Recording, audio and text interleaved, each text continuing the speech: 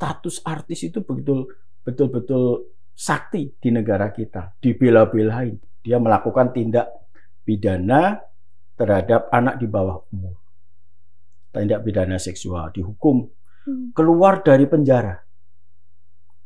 Begitu dia keluar dari penjara, televisi, media itu menyambut dia seakan-akan dia ini seorang pahlawan. Kalau dia sepi job gitu, artis-artis yang instan seperti ini kemudian nyambi ke perilaku yang nggak bagus. Dan itu saya punya datanya. Cancel culture ini layak dilakukan bukan hanya kepada artis, tapi juga kepada para pejabat. Di negara kita ada pelantikan seorang presiden. Pada tahun awal 2000-an, presiden yang baru dilantik itu nggak berani ada di negara kita. Karena masyarakat kita begitu mengkritisi, begitu mencaci, begitu marah. Dan setelah beliau menjadi presiden, wow, sekarang ini seakan-akan menjadi tokoh yang tidak pernah punya kesalahan di masa lalu.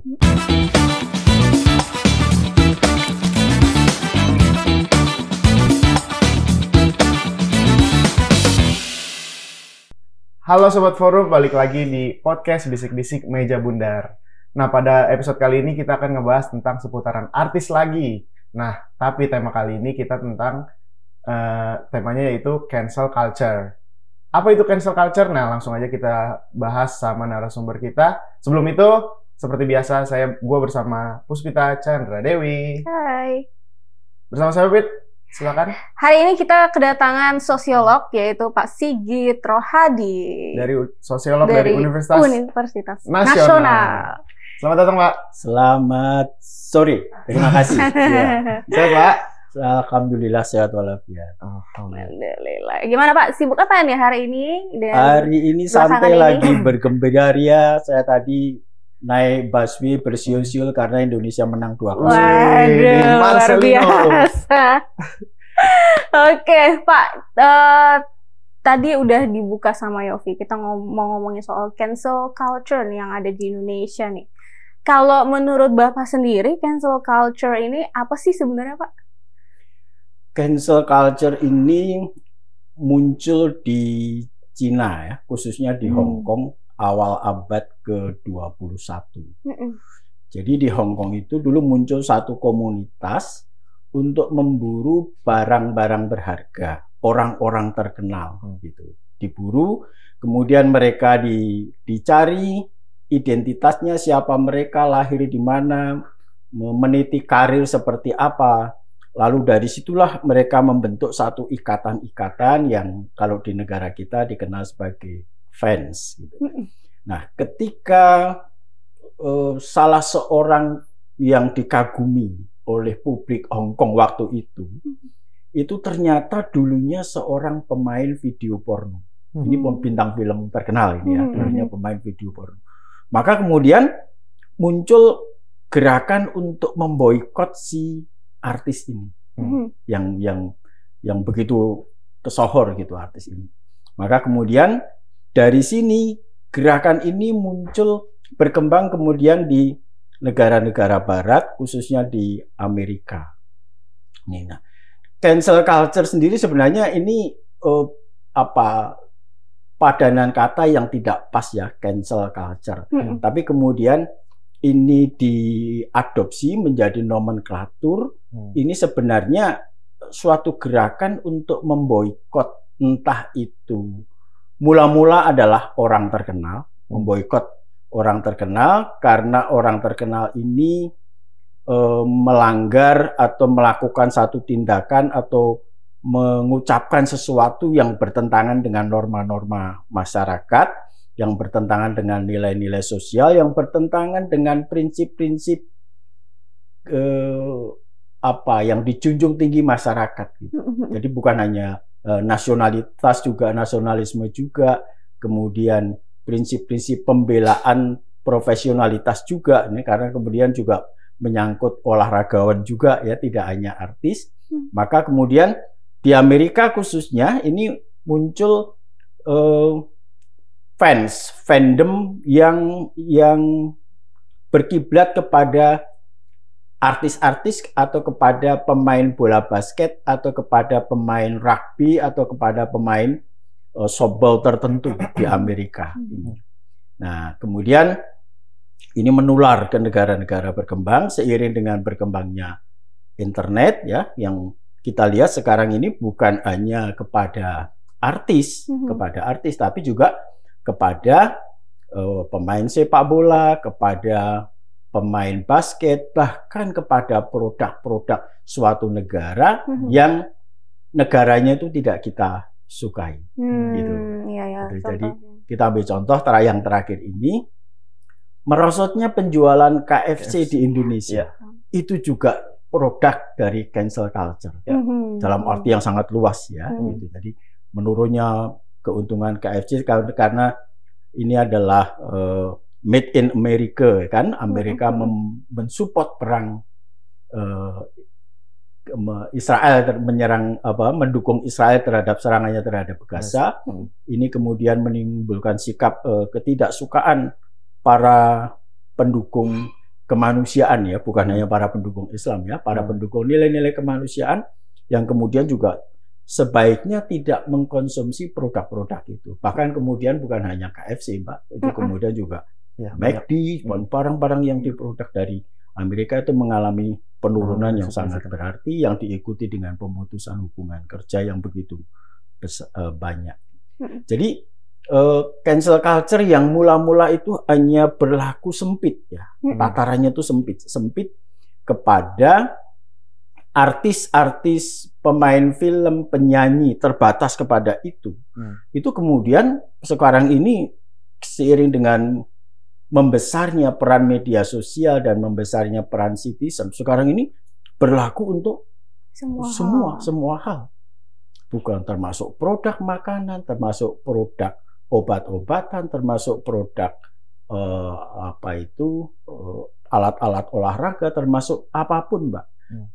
Ini yang bahkan juga menyasar para pejabat yang ingin mencalonkan kembali di dalam pilkada, pemilihan kepala daerah atau pemilihan presiden. Sehingga seiring dengan cancel culture ini kemudian muncul satu upaya untuk menutup berbagai kekurangan dari tokoh-tokoh publik, Mbak, yang kemudian gerakannya dimunculkan dengan nama pencitraan. Jadi hampir semua tokoh-tokoh publik itu sekarang memelihara ahli-ahli IT, kemudian memelihara mereka-mereka yang bisa mengglorifikasi, membesarkan apa yang dia lakukan, meskipun hanya kecil, diglorifikasi seakan-akan ini menjadi suatu tindakan yang sangat besar, upaya pencitraan seperti itu. Jadi cancel culture di satu sisi, di sisi yang lain adalah muncul glorifikasi melalui buzzer-buzzer yang dipelihara oleh para tokoh atau oleh para pejabat. Nah, di Indonesia sendiri tuh cancel culture itu seberapa berpengaruh sih, Pak? Kan kita tahu nih banyak artis-artis yang melakukan hal-hal kontroversi yang bisa melenceng dari norma-norma agama misalkan, tapi masih tetap diterima tuh sama masyarakat Indonesia di dunia hiburannya mereka. Itu tuh gimana sih, Pak? Ya, ini harus kita pahami posisi artis itu sendiri. Ketika tahun 80-an dilakukan satu survei kepada lulusan SMA, apa yang ingin cita-cita pekerjaan Anda? Maka cita-citanya yang ingin menjadi artis itu hanya sekitar 20-25%. Tapi ketika tahun 2000-an, angkanya membesar. Menjadi 60-70%. Artinya apa? Bekerja sebagai artis ini hampir menjadi cita-cita semua anak muda di negeri kita. Nah, kenapa demikian? Ya, karena begitu dia menjadi artis, maka status sosialnya terdongkrak. Keluarganya juga ikut terdongkrak, prestis di masyarakat itu juga naik, daerah di mana artis itu berasal juga ikut naik, prestisnya di situ. Nah, dengan demikian, kenapa kok cancel culture itu tidak begitu efektif untuk artis? Atau kenapa cancel culture itu tidak begitu berdampak bagi para artis itu? Karena memang sekali artis itu memiliki idola, kemudian membangun suatu jaringan yang disebut dengan fans dengan nama mereka masing-masing, gitu. Itu kemudian mereka sudah membangun satu struktur. Ini kalau kesalahannya tidak fatal dan mereka sulit untuk recovery, maka mereka betul-betul sudah mati kutu. Kalau ini artis ya. Tapi kalau kesalahannya itu biasa-biasa saja dan mereka bisa kemudian recovery, ini mereka masih bisa eksis di dunianya. Kita, Mas, ini bisa lihat satu kasus di negeri kita. Ada seorang artis, Mbak Gita, dia dihukum karena kejahatannya. Dia melakukan tindak pidana terhadap anak di bawah umur, tindak pidana seksual, dihukum, keluar dari penjara. Begitu dia keluar dari penjara, televisi, media itu menyambut dia seakan-akan dia ini seorang pahlawan. Disambut, diarak dengan mobil. Wah, dia dikalungin bunga. Waduh, semua. Ini padahal ini penjahat, Mbak. Iya. Begitu mulianya, begitu prestisnya posisi seorang artis di negeri kita. Ketika muncul lomba, berbagai macam lomba masih melalui televisi, ada lomba dangdut, ada lomba lagu pop, ada lomba ini yang mewakili daerah-daerah. Si A mewakili kota B, si C mewakili kota D, gitu kan, dalam kompetisi di televisi. Orang tua yang anaknya berada di dalam kompetisi itu melakukan segala cara. Menjual sawah, menjual sapi, menjual apa yang dia punya untuk bisa memvote anaknya ini sebesar-besarnya supaya anaknya tetap berada di dalam sekian besar di deretan itu, artis-artis di dalam kompetisi itu. Kenapa kok orang tuanya mati-matian? Karena ingin sekali anaknya menjadi artis. Jadi status artis itu betul-betul sakti di negara kita, dibela-belain. Karena begitu dia menjadi artis, maka dia diharapkan bisa menjadi satu magnet ekonomi untuk keluarganya, untuk masyarakat yang ada di situ. Dan ada dampaknya negatif juga, Mas, Mbak, ada dampaknya juga. Kalau dia sepi job gitu, artis-artis yang instan seperti ini kemudian nyambi ke perilaku yang nggak bagus. Dan itu saya punya datanya karena saya sudah mewawancarai 3 orang mereka, termasuk salah satu almarhum yang dulunya kecelakaan mobil itu. Itu yang saya wawancarai dia. Nah, jadi beda dengan profesi lain. Kalau saya ini guru, ya, saya ini melakukan satu pelecehan seksual, dipublish di media. Begitu saya keluar dari hukuman, habis riwayat saya, habis. Kembali lagi ke kampus, udah nggak bisa, nggak ada yang percaya dengan saya, gitu. Udah harus ganti pekerjaan dan harus ngumpet dari masyarakat. Nggak mungkin saya berani menunjukkan diri wajah saya ke masyarakat. Tapi tidak demikian dengan penyanyi, bintang film, bintang iklan. Karena apa? Karena mereka ditopang oleh struktur yang berupa jaringan fans yang ada di mana-mana ini tadi. Memang ada 1-2 fans yang kesal yang kemudian melakukan boikot, melakukan pembatalan. Tapi boikot dan pembatalan ini sejauh yang terjadi di Indonesia masih belum efektif, masih belum memberi hukuman kepada artis ini.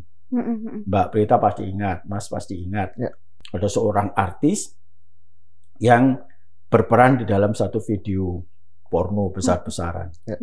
Kita menyangka bahwa ini habis artis ini. Tapi artis ini ketika di penjara menciptakan beberapa lagu yang begitu dia keluar dari penjara, lagu itu kemudian direkam, kemudian lagu itu menjadi ngetop, populer, dan kembali menaikkan nama grup itu. Sehingga meskipun grup itu kemudian berganti nama ya, berganti nama grup itu. Tapi si artisnya, si penyanyi dan pencipta lagunya ini masih tetap eksis. Jadi masyarakat kita adalah masyarakat yang mendambakan public figure yang khususnya di bidang seni, peran, artis, penyanyi, pemain film, ini yang sekali mereka lihat yang ada di televisi, seakan-akan ini adalah perilaku keseharian mereka. Maka mereka tidak begitu memaafkan. Berbeda dengan tokoh politik umpamanya, Mbak. Tokoh pejabat umpamanya. Pejabat membuat ucapan yang negatif tentang suku-suku tertentu. Membuat ucapan yang negatif tentang agama tertentu atau tentang nilai-nilai budaya tertentu. Maka pejabat itu habis.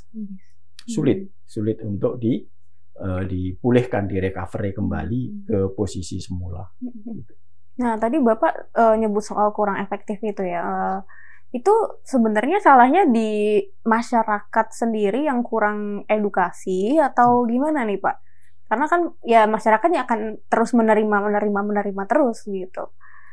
Kalau kurang edukasi tidak juga, Mbak.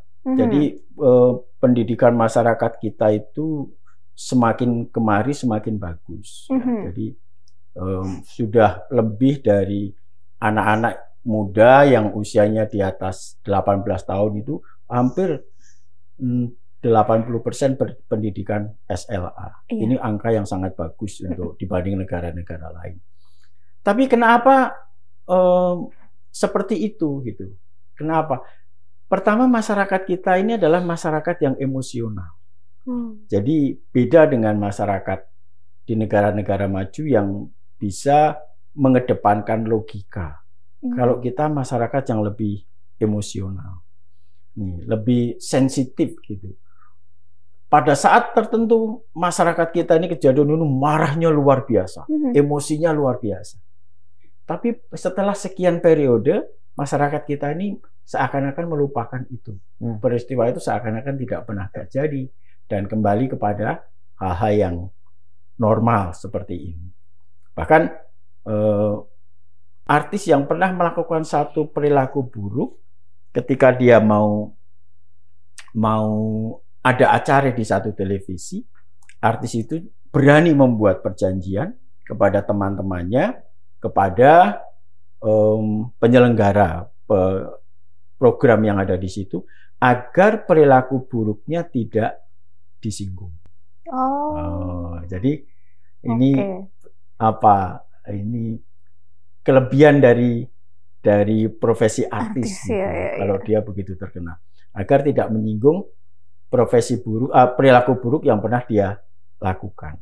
Nah, ini nggak mungkin dilakukan oleh orang yang punya profesi lain, nggak mungkin. Bahkan orang yang punya profesi lain, jangankan muncul di dalam satu dialog, muncul di media massa saja udah ketakutannya bukan main, karena merasa hukuman sosial, sanksi sosial itu terus-menerus menghantui dia, terus-menerus menghantui kehidupannya. Ini jadi bukan edukasi, bukan pendidikan masyarakat kita, tapi masyarakat kita itu memang masyarakat yang emosional, masyarakat yang, tapi juga masyarakat yang mudah melupakan peristiwa-peristiwa buruk. Kita nggak usah jauh-jauh, Mbak, gitu. Belum lama ini di negara kita ada pelantikan seorang presiden. Pada tahun awal 2000-an, presiden yang baru dilantik itu nggak berani ada di negara kita. Karena masyarakat kita begitu mengkritisi, begitu mencaci, begitu marah sama Bapak Presiden yang baru dilantik ini. Beliau tinggal di luar negeri selama beberapa tahun. Tapi setelah beliau pulang, berupaya untuk menjadi presiden, pertarungannya begitu sengit, masalahnya itu diungkit kembali. Dan setelah beliau menjadi presiden, sekarang ini seakan-akan menjadi tokoh yang tidak pernah punya kesalahan di masa lalu. Nah, tapi itu dia pakai ini juga kan, Pak, artis untuk iya. Kan tadi saya bilang, Mbak. Jadi di sini cancel culture, di sini adalah gerakan buzzer atau gerakan pencitraan untuk mengcounter cancel culture. Mana yang menang gitu. Ternyata yang saya ceritakan terakhir tadi, yang menang adalah gerakan buzzer ini. gerakan dari pencitraan ini. Jadi perang di media sosial yang untuk merebut simpati publik. Publik pasti bingung, mana yang benar, yang mana ini, yang benar, yang mana. Tergantung bagaimana para kreator itu mencitrakan tokoh-tokoh yang dia buat, yang dia kagumi, atau yang memang sedang digarap oleh mereka. Ini bukan di bidang artis ya Mbak ya, tapi di bidang politik. Tapi logikanya sama, sama bahwa masyarakat kita itu memang emosional, tapi juga pemaaf. Jadi tidak, emosinya itu tidak dipelihara seumur hidup, itu tidak. Kalau balik lagi ke seputar artis nih Pak, kan di Indonesia itu cancel culture itu kenapa seperti tebang pilih. Misalkan ada artis yang mereka idolakan, dan bahkan yang tidak mengidolakan pun, kalau artis ini terjerat misalkan sebuah kasus, setelah bebas tetap diterima. Tapi ada yang diterima dalam hal karena ini orang ganteng nih, ini orang cantik nih, jadi mau ngapain juga, setelah itu udah lupain aja. Tapi giliran orangnya kurang enak dipandang misalkan, yang ngefans atau yang nggak ngefans tuh pasti ngehujat. Jadi bener-bener di apa sih ini orang gitu kalau udah keluar. Kenapa harus ada perbedaan seperti itu sih Pak? Yaitu seleksi alamiah, Mas. Seleksi alamiah yang dilakukan oleh masyarakat, di mana memang orang di dunia manapun itu lebih menyukai kepada hal-hal yang menarik, gitu ya. Menarik dari sisi good looking, enak dilihat, enak diajak bicara, ucapannya baik, perilakunya baik, gitu. Maka itu semua bisa meredam kekecewaan masyarakat terhadap perilaku buruk mereka. Tetapi kalau perilaku buruk mereka itu mereka tidak segera mengubah, dan kemudian katakanlah ya segera meminta maaf kepada publik, mengubah dan berupaya untuk kembali bersama-sama dengan masyarakat untuk berada di jalur yang dia pilih. Maka itu akan memulihkan mereka. Ada satu contoh, seorang artis, Mas, orang artis ini baru muncul, dia lagi suka dengan seorang penyanyi dangdut. Artis ini sok bicara dalam bahasa Inggris. My age under 20 gitu kan, dia ngomong gitu, dia dalam ini. Calon tuh Pak. Nah, ucapannya ini Mas menjadi bahan tertawaan publik. Dan nggak lama kemudian artis ini diboikot. Terjadi cancel culture pada aslinya. Tapi artis ini karena dia lulusan pesantren, pinter dia. Dia rendah hati. Dia punya sikap yang kemudian menyadari kesalahannya itu, meskipun kekasih yang sudah tunangan ini membatalkan gitu ya, itu hukuman itu karena merasa malu. Tapi ya artis ini sekarang dengan cara itu, dengan kerendahan hatinya dia bisa eksis. Dengan jadi, seperti itu. Dengan meskipun dulunya adalah memulainya betul-betul menjadi bahan tertawaan karena bahasa Inggris, kayaknya karena merasa dia mengetahui banyak hal padahal dia tidak tahu gitu. Itu pembelajaran yang luar biasa, dan dia segera menyadari dan dia mau meminta maaf kepada publik. Bahkan sekarang jadi calon wali kota kalau nggak salah. Di suatu kota mana gitu. Siapa itu? Ini. Mbak Prita pasti tahu. Saya nggak menyebut namanya. Nggak enak Mbak nanti kalau. Ya, tapi sebenarnya seberapa besar sih toleransi masyarakat nih soal perilaku buruk artis-artis kita di Indonesia? Iya, sebenarnya toleransinya pada suatu ketika toleransinya nyaris di bawah 50% toleransinya. Belum lama ini ada pertandingan sepak bola. Indonesia melawan Australia. Datanglah sepasang penyanyi. Penyanyi ini sudah di publik yang ada di stadion itu menghendaki lagu yang muncul itu adalah lagu-lagu patriotik yang membangkitkan semangat. Gue banyak teka-teki dari kita mikir terus ya artis-artis. Semangat penonton. Iya. Nasionalisme, patriotisme itu semuanya akan mendorong penonton itu bersemangat untuk menjadi supporter sepak bola ini. Iya. Tapi kemudian penyanyi ini menyanyikan lagu yang nggak disukai penonton. Iya. Dalam waktu singkat, sepasang artis ini Mbak menjadi bahan caci makian, menjadi bulan-bulanan, dibully, nyaris simpati publik pada saat itu zero, down, betul-betul drastis. Tapi setelah dia menjelaskan ada kasus, saya minta maaf karena kontraknya begini, penyelenggaranya seperti ini. Maka kemudian publik berani mau memaafkan dan sekarang kayaknya kembali ke jalan yang memang ada di jalan mereka. Jadi tidak hukumannya itu tidak begitu drastis. Cancel culture-nya itu tidak berlanjut ya, boykotnya itu nggak berlanjut seperti itu. Jadi kembali kepada kepribadian yang bersangkutan.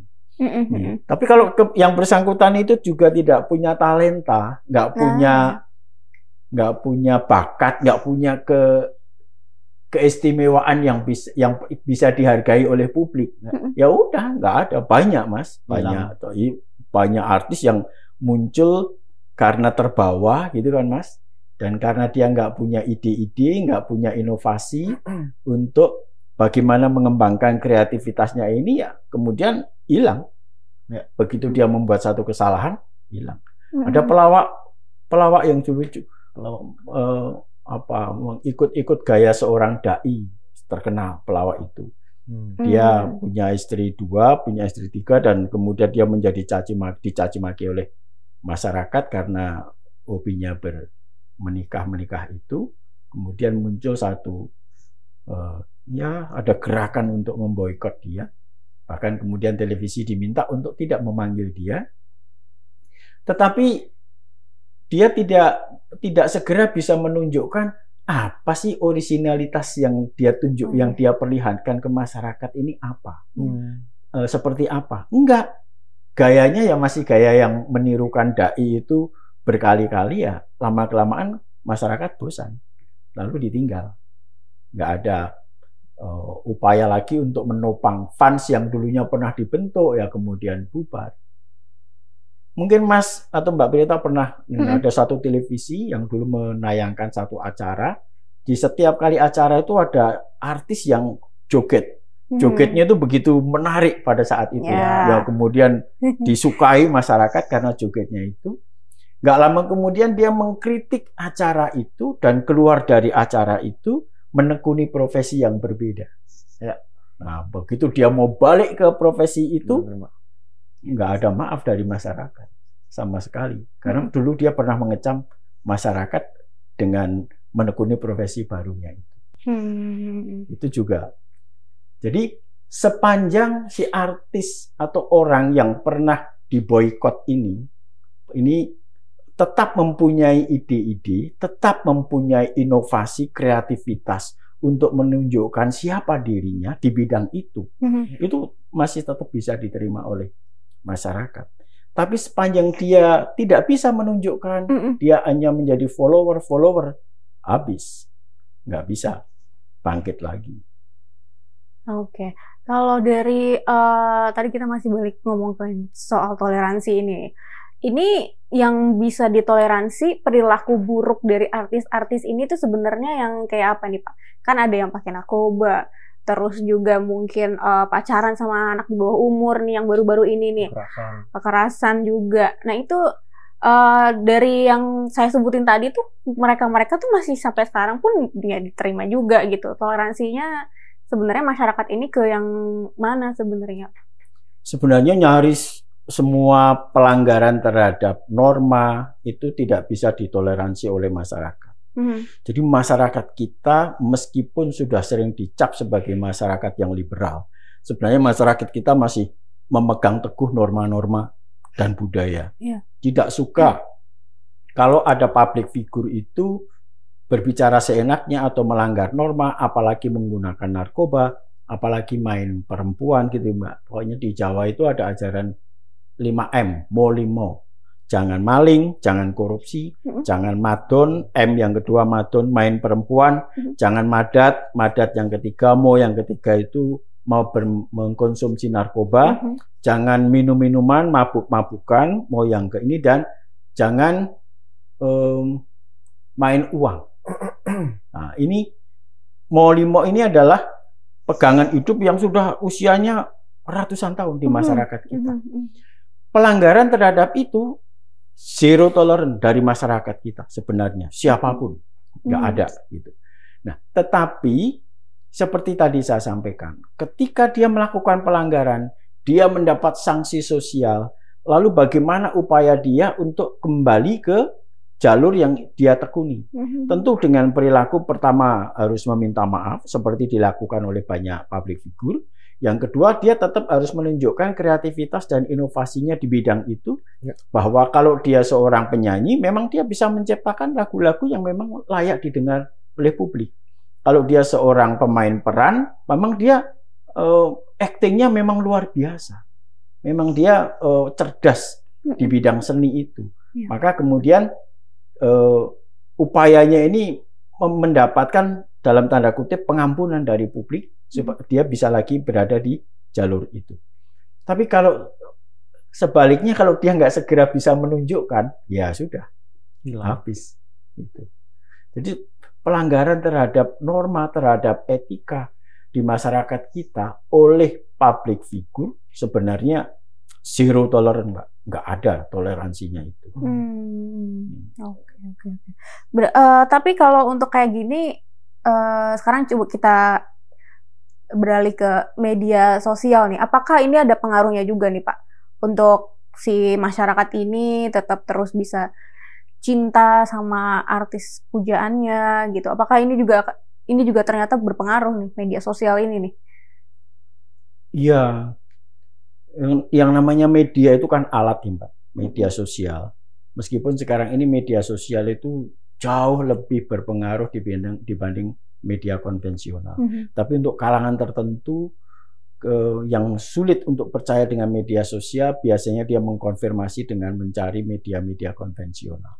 Sejauh media konvensional itu menyampaikan informasi yang seperti itu, maka mereka baru percaya. Nah, apakah kemudian dengan adanya media sosial mereka bisa untuk memelihara ketenarannya, popularitasnya di masyarakat gitu. Ya kembali tergantung kepada karya-karyanya, tergantung kepada produktivitas. Kalau penciptaan lagu atau produktivitas mereka atau keseringan mereka muncul di media. Jadi media itu tidak sepenuhnya bersifat netral. Meskipun ada media yang agak netral, tapi sulit sekali untuk mengklasifikasi media yang netral. Jadi kalau ada seseorang, katakanlah seorang public figure melakukan satu tindakan, itu ada media A yang memframing dengan gaya tertentu, ada media B yang memframing dengan gaya tertentu. Nah, sekarang apa yang mana yang paling menarik dari framing media-media itu tadi? Ini yang kemudian akan menentukan eksistensi dari public figure itu tadi. Ini saya kira lebih karena itu. Tapi kalau media sosial ya biasanya sangat kejam, Mbak, karena media sosial itu nggak ada editor, nggak ada gatekeeper-nya. Gitu. Jadi masyarakat kalau sudah nggak suka Mbak Prita, Mas ini bisa lihat bagaimana tuduhan-tuduhan, maki-makian yang dituduhkan kepada Bapak Presiden katakanlah, atau Pak Menteri tertentu, atau kepada artis tertentu. Itu yang ya mau tidak mau eranya seperti itu. Oke, kalau ya kita ambil contoh aja ya Pak, di Korea aja itu bener-bener cancel culture ini jalan banget ya di semua lini gitu. Dari artisnya pun, pemerintahan juga gitu. Jadi kayak saya masih rada ini aja sih bingung gitu. Kenapa di Indonesia tuh kayak ya itu susah untuk dilakukan gitu. Padahal di negara-negara lain itu udah bener-bener bisa dijalanin gitu. Karena ya moral mereka pun, artis-artis ini pun yang nggak bisa dicontoh, bener-bener nggak bisa dicontoh gitu loh Pak. Betul. Ya, pertama kalau membandingkan dengan Korea ya. Korea itu kan kulturnya lebih homogen. Kalau kita kan kulturnya sangat heterogen. Korea itu kan struktur masyarakatnya lebih ditentukan kepada lapisan ekonomi. Jadi meskipun kalau dia orang itu terkenal berada di posisi atas, perilakunya tidak baik, maka muncul satu gerakan untuk memboikot dia. Dengan memboikot dia, maka dengan demikian juga menurunkan pendapatan dia. Gitu. Nah, kalau di negara kita tidak seperti itu, Mbak. Di negara kita ini nggak kompak antara produsen barang-barang, kemudian produser acara dan perilaku publik. Iya. Jadi ada seorang artis yang mengucapkan Pancasila itu salah, Mbak. Itu jadi Pancasila aja nggak ngerti urut-urutannya itu. Wah, masyarakat emosi. Tapi artis ini bintang dari suatu produk sampo terkenal. Ini. Nah, artis ini diboikot oleh publik di negara kita. Tetapi tidak diboikot oleh produsen sampo. Maka pendapatan artis ini tetap eksis. Nih, kalau di negara-negara barat dan di Korea, di Jepang nggak begitu, Mbak. Semuanya ya. Iya, begitu dia melakukan suatu tindakan, ucapan yang tidak terpuji, tindakan negatif, hampir semua segitiga tadi yang saling menopang, produser acara, produsen barang-barang yang memasang iklan, dan perilaku publik ini seirama. Karena publik kalau nggak menyukai artis itu juga nggak menyukai barang yang dia iklankan. Betul. Ada dulu artis yang sangat terkenal, memang cantik. Dia bintang iklan dari sabun Look. Waduh, sudah mendapat pemboikotan publik, menjadi pembicaraan publik selama bertahun-tahun. Tapi iklannya nggak segera di take down. Apa kata produsen? Inilah kontraknya sampai tahun sekian. Ini kan persoalan moral dihadapkan dengan persoalan teknis, ya kan? Ini yang nggak ketemu gitu. Nah, dari penampilan dia di media televisi yang terus-menerus melalui iklan, dia bisa memelihara eksistensinya. Lama-lama publik lupa bahwa dia pernah melakukan satu perilaku buruk yang tidak terpuji. Ini yang membedakan. Jadi mestinya seperti apa ya? Mestinya kayak di negara-negara maju yang menjunjung tinggi moral itu. Begitu dia melakukan suatu ucapan yang tidak baik, yang menyinggung nilai-nilai martabat masyarakat, nilai-nilai budaya, agama, yang bertentangan dengan nilai-nilai patriotisme, yang merendahkan negara kita, yang mengkonsumsi narkoba dan sebagainya itu, maka baik produser acara di televisi, produsen barang-barang yang iklan tadi sama itu sejalan dengan keinginan publik. Nah, iklannya langsung di take down, iklannya di tanda tangan kontrak itu dijelaskan bahwa jika suatu saat dia melakukan suatu tindakan maka di take down, dia harus mengembalikan uang yang pernah diterima karena kontrak itu. Hukumannya berat. Iya, seharusnya seperti itu ya. Tapi sepertinya di sini belum ada yang gitu. Ini belum berjalan, belum bersama-sama kendaraan. Oke, kalau untuk Bapak sendiri, artis-artis yang kayak gini nih kayak berperilakunya buruk gitu, ini pantas nggak sih untuk kita boikot gitu, untuk kita cancel? Harus diboikot. Artis itu public figure, menjadi cermin. Jadi ucapannya, gayanya, actingnya di media itu menjadi tontonan dan diimitasi, ditiru oleh anak-anak gitu ya. Nah, nanti kalau suatu saat artis itu ternyata perilaku buruknya diketahui oleh anak-anak ini dan tidak segera di boikot oleh publik, maka kemudian orang yang menjadi pengagum ini bisa mengikuti perilaku yang seperti itu. Ini udah kasusnya banyak, Mbak, yang seperti ini. Seharusnya artis yang seperti itu segera mendapat hukuman sanksi sosial. Karena dengan dia menjadi artis, dia berada di tataran elit masyarakat, pendapatannya tinggi, dia menjadi idola dari masyarakat itu, idola bagi generasi muda. Maka kalau dia kemudian melakukan suatu tindak perilaku negatif, ucapan negatif, dan tidak segera memperoleh sanksi dari masyarakat, dari media, dari televisi, maka dia bisa mengulang perilaku itu dan seakan-akan pelanggaran-pelanggaran itu dianggap hal yang biasa. Dan ini kemudian tidak memberi pembelajaran kepada masyarakat kita. Jadi harus ada hukuman dari televisi, dari produk-produk iklan itu harus dihukum supaya memberi pelajaran kepada semua orang, kepada masyarakat ini, dan mereka yang mengidolakan itu juga bisa belajar hal yang baik bahwa perilaku ini kemudian bertentangan dengan norma-norma masyarakat kita. Oke.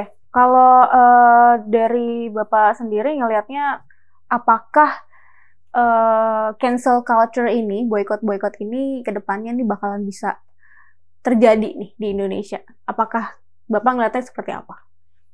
Ya, bagaimana dampak selanjutnya cancel culture itu terhadap para public figure di Indonesia? Pertama, tergantung kompetisi antara pencitraan dengan cancel culture. Ya, dalam kasus-kasus yang tadi saya ceritakan, pencitraan bisa mengalahkan cancel culture. Meskipun pada awalnya mereka kemudian kewalahan menghadapi cancel culture ini, tapi kemudian melalui pencitraan mereka bisa mengembalikan jalan yang pernah mereka rintis. Gitu. Yang kedua, bergantung kepada kreativitas dan inovasi mereka untuk tetap berada di jalur itu. Gitu.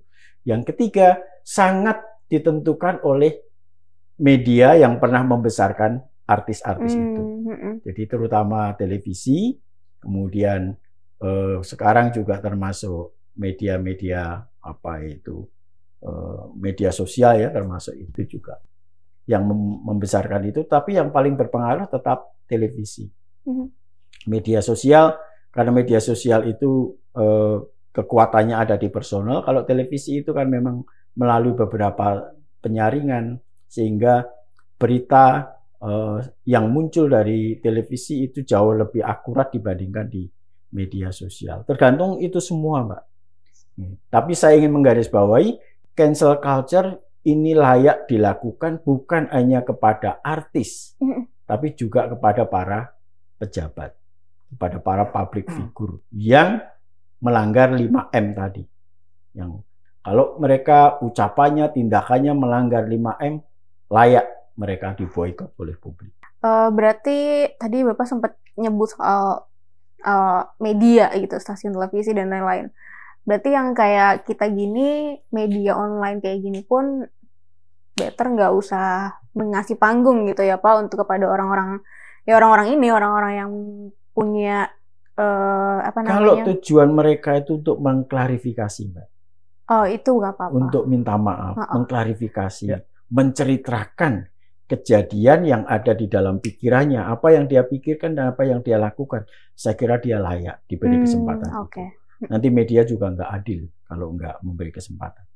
Tapi kalau tidak pernah ada dia melakukan itu, waduh, ini juga kemudian kita tetap berupaya untuk mengkonstruksi dia bahwa dia berada di real jalan yang benar gitu. Nanti maka kemudian seakan-akan kita tidak hormat pada sikap publik gitu. Kita melawan sikap publik. Publik nggak suka sama dia karena perilakunya dia harus diberi kesempatan untuk mengklarifikasi apa yang terjadi sesungguhnya. Tapi kalau contoh kasusnya beda Pak, misalkan kayak sekarang lagi rame Timnas Indonesia. Semalam tuh gimana? Jadi Marcelino tuh sebelumnya dihujat abis-abisan karena mainnya buruk. Bener-bener pelatih-pelatih online kita itu menghujat dia, jangan dimainin, kalau bisa diboikot, dikeluarin.